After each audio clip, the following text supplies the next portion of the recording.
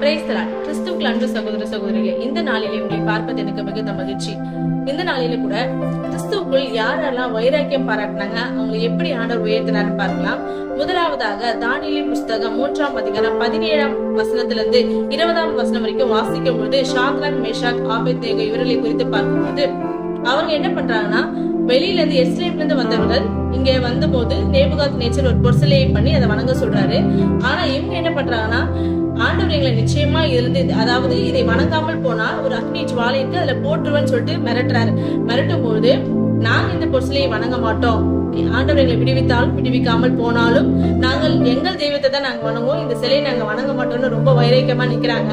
அப்படி நிக்கும் பொழுது அவர்கள் என்ன பண்றாங்கன்னா, அந்த அக்னி ஜுவாலையில போட்டுறாங்க.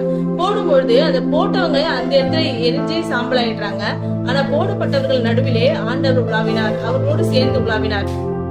அதை பார்த்து அந்த ஜனங்கள், அந்த தேசாதிபதிகள், நேபுகாத் நேச்சர் எல்லாரும் ஆச்சரியப்படுறாங்க, ஆண்டவரை மெய்யான தேவன் என்று ஏத்திக்கிறாங்க.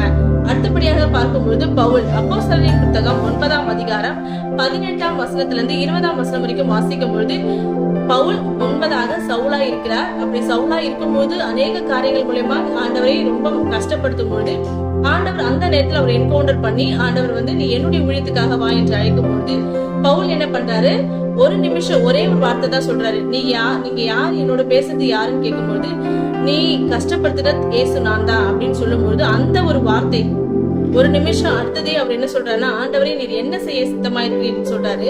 20ஆம் வசனம் வாசிக்கும் பொழுது தாமதம் இன்றி கிறிஸ்துவே தேவனுடைய குமாரன் என்று ஜெப ஆலயங்களில் பிரசங்கித்தான்.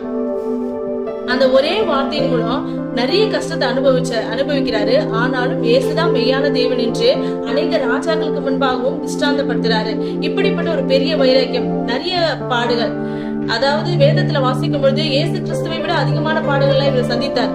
ஆனாலும் இயேசுதான் மெய்யான தேவன் என்று நிறைய இடங்களை போய் பிரசங்கிக்கிறாரு.